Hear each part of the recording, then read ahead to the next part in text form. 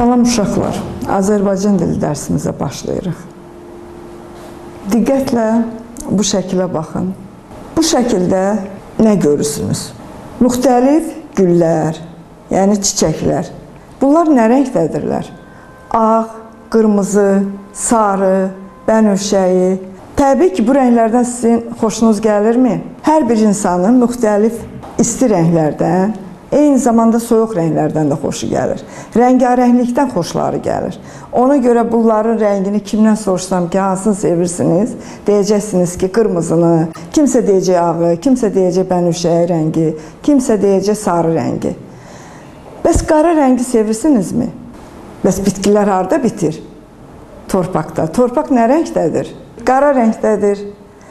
Torpağın köksündə güllər, çiçəklər, eyni zamanda yaşıl yarpaqlı ağaclar bitir, inkişaf edir. Bəs bunlara rəng verən torpaqdır sizcə? Torpaq. Torpaq bitkilərin nəyi hesab oluna bilər?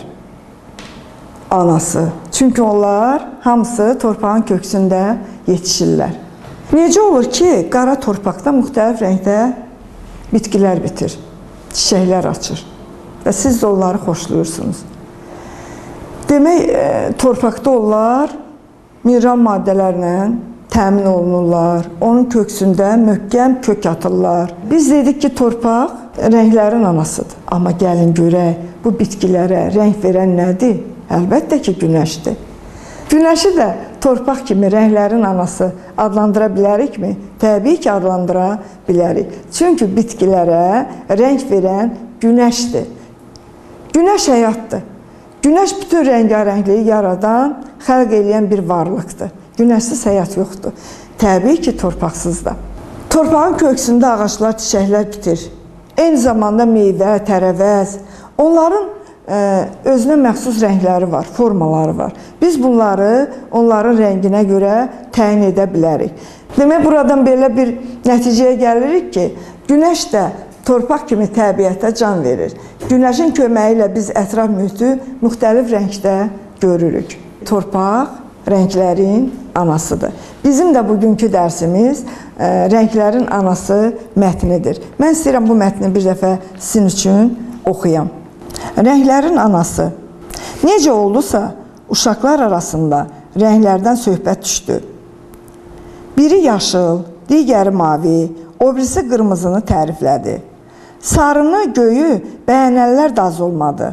Nəysə, mübahisə çox uzandı. Nəhayət uşaqlar qoca bağbanın yanına getdilər. Baba, ən yaxşı rəng hansıdır? Deyə ondan soruşdular. Bağban fikrə getdi. Nəhayət sözə başladı.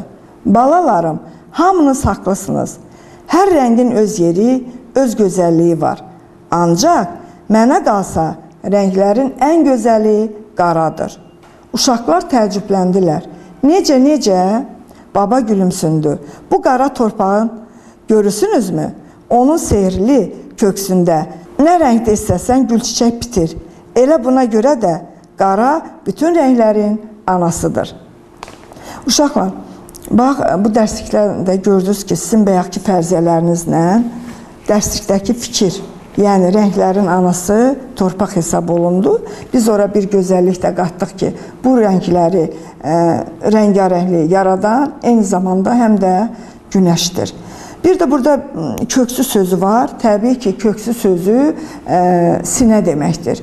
Torpağın köksündə bitkinin bitməsi, yəni onun sinəsində.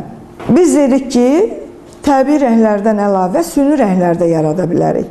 Bu şəklə baxsaq görərik ki, bizim bu balacamız da rəngləri necə alıbdır. Tutaq ki, sarı rənglə mavi rəngdən qarışığından qarışdıranda biz yaşıl rəngi alırıq.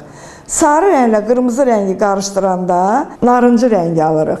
Demək, siz çıxış yolunu, əgər sizin rəngli karandaşlarınız kifayət qədər deyilsə, çıxış yolunu, rəngləri bir-birinə qarışdırmaqla nəticədə istədiyiniz rəngləri alıb, istədiyiniz rəsmi çəkə bilərsiniz. Müxtəlif meyvə, tərəvəzlərin rənginə, formasına görə bir-birindən fərqləndirir. Təbii ki, bizim dərsimiz rənglər olduğu üçün, yəni ona görə biz belə bir tapşırıq vermişdi ki, siz tapasınız ki, bu meyvə və tərəvəzlərin rəngi nə rəngdədir. Limon sarı rəngdədir. Kök narıncı rəngdədir. Badımcan bənövşəyi rəngdədir. Alma qırmızı rəngdədir. Üzüm qara rəngdədir. Xiyar yaşıl rəngdədir.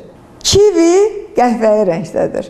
Bax, görürsünüzmü? Bu meyvə tərəvəzlərin gözəlliyi elə onların rəngindədir. Bu rəngləri biz görməsək, təbii ki, bunlar bizim üçün maraqsız görünər.